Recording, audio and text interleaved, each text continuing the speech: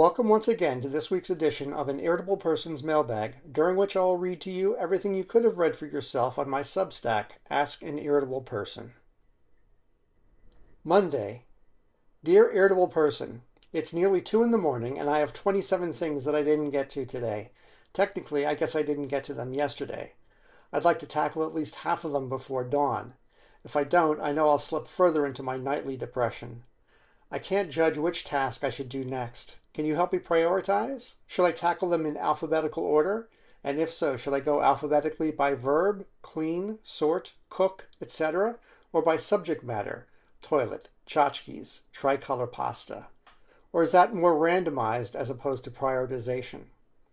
I just realized that by the time you read this, several days will have passed. Why did I decide to write you? Write is near the end of the alphabet. What is to become of me? Sincerely, Not Thinking Clearly. Dear Not Thinking Clearly, I'm hoping that this is a daily problem for you. Otherwise, writing you back is really a tremendous waste of my time. Fortunately, I know exactly what you should do, but you need to do it at the same time every night and in the exact way I'm going to describe to you. Are you ready? At 10 p.m. every night, I want you to put a comfortable pillow on the floor at the base of a wall. There should be no furniture and nothing breakable nearby. Clear a space if necessary. Next, I want you to place the top of your head on the pillow facing away from the wall. Then, I want you to do a headstand using the wall for support. Lean on the wall as much as you need to stay upright, and as all the blood in your body rushes to your head, I want you to keep repeating to yourself, I'm turning my frown upside down. This is why no one in the Middle Ages was ever depressed, by the way. The old cures really were the best cures. Eventually, you'll start to feel better. I think the medical term is giddy, or dizziness, or brain hemorrhage. You might want to scatter several pillows around in case you come out of the headstand awkwardly when you pass out. Once you're back on your feet, just keep repeating to yourself, I'm turning my frown upside down. Drain your bladder, go to bed, and stay there till dawn. Next day, every time you start to worry, just keep repeating that little mantra to yourself. If you live alone, you may not get much done, but you'll feel better. If you live with other people, they will eventually call for the men with the butterfly nets. Either way, your worries will be over.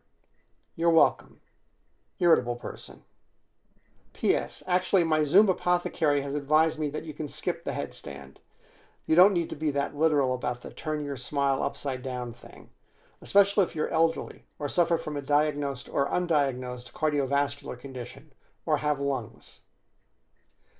Tuesday. Dear Irritable Person, I own my own company and frankly it can run just as well without me. Nevertheless, I show up for work every day because I just don't know where else to be or what to do. I spend weekends waiting for Monday to come around again. I've never taken a vacation in my life, but hearing about that lavish destination wedding, don't make me say their names, made me think if he can do it, maybe I can too. Not get married, just take a few days off on a smaller yet still lavish scale. Maybe. I worry that my executives and managers and employees might need me while I'm gone. Well, I'm only a phone call away, and I can always come back from, I'm thinking Maui, at a moment's notice. Maui seems suitably exotic and plenty far away, yet still somehow in the United States. I'm scared. 7 days seems like a long time for my business to be without me, and vice versa. Vice versa big time. I feel adrift already. And what about those under me? I can only imagine how lost and resentful the people I underpay might become in my absence. But I'm being silly. If I want to, I can come back in an instant, plus several hours on the plane. Why not just do it? I'm so glad that I put this all down on paper. It really helped me decide. I'm definitely not taking a vacation. Thanks for your help. The Decider. Dear Decider, well, I wasn't prepared for that last-minute twist. I felt sure you were going to spend a week on Maui and then decide to keep traveling around the world until... No, I didn't. I didn't think that at all. I knew 4 paragraphs into your letter, just 4 short paragraphs, and that includes that one-word paragraph, that you weren't going anywhere.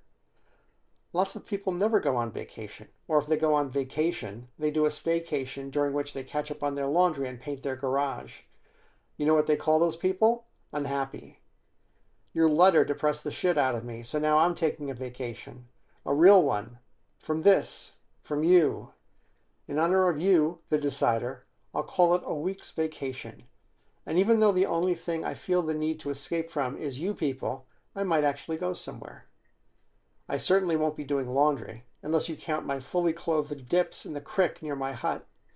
And I won't be painting my garage because I don't need a garage, since I don't have a car. 1 week's vacation. And after a week, will I be back? Or will I be away longer? A month? A season? We'll see. Sincerely, Irritable Person. And that's it for this week's mailbag. Look for Irritable Person's weekly catch-up audio mailbag every Sunday, and follow the daily column Ask an Irritable Person, which usually runs every Monday through Friday on Substack. Or subscribe. It's free and virtually certain to remain so for the foreseeable future.